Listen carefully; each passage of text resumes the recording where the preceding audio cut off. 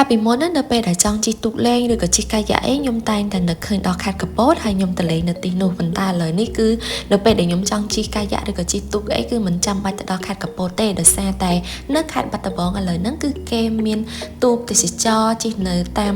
ដងស្ទឹងសង្កែហើយជាពិសេសក៏មានទូកកាយ៉ាតូចៗសម្រាប់ភ្ញៀវទេសចរដែលគាត់ចង់អមលេងមើលទេសភាពនៅតាមដងស្ទឹងសង្កែនាពេលល្ងាចឡើងផងដែរការជិះទូកកាយ៉ានៅដងស្ទឹងសង្កែនេះគឺជាសកម្មភាពថ្មីមួយសម្រាប់អ្នកខេត្តបាត់ដំបងហើយក៏ជាសកម្មភាពមួយដែលអាចទាក់ទាញភ្ញៀវទេសចរពីខេត្តផ្សេងៗឬក៏ភ្ញៀវបរទេសនៅពេលដែលគាត់មកលេងខេត្តបាត់ដំបងហ្នឹងល្ងាចឡើងគឺគាត់អត់ចង់ទៅណាគាត់អាចមកជិះកាយ៉ាលេងនៅតាមដងស្ទឹងសង្កែបានសម្រាប់ខ្ញុំតើនេះគឺជាបទពិសោធន៍លើកទី1ដែលខ្ញុំបានជិះទូកកាយ៉ានៅលើដងស្ទឹងសង្កែហើយគឺជា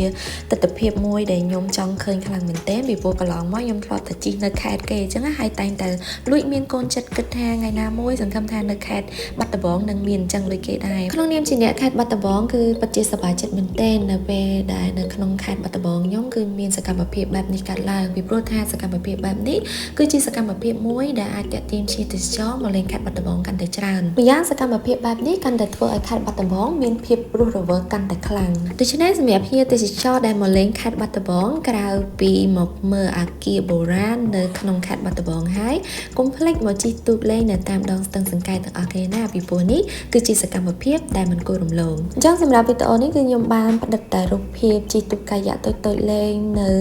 ស្ទឹងសង្កែតែប៉ុណ្្នឹងឯងអញ្ចឹងបើសិនជាខ្ញុំមានឱកាសក្រោយខ្ញុំនឹងទៅជិះទូកទេសចររយៈពេល2ម៉ោងហើយខ្ញុំនឹងផ្តិតទស្សនវិជ្ជាឲ្យអ្នកទាំងអស់គ្នាបានទស្សនាអញ្ចឹងវីដេអូនេះគឺមានតែប៉ុណ្្នឹងឯងអរគុណសម្រាប់ការទស្សនាជួបគ្នានៅវីដេអូក្រោយជម្រាបលាបាយបាយ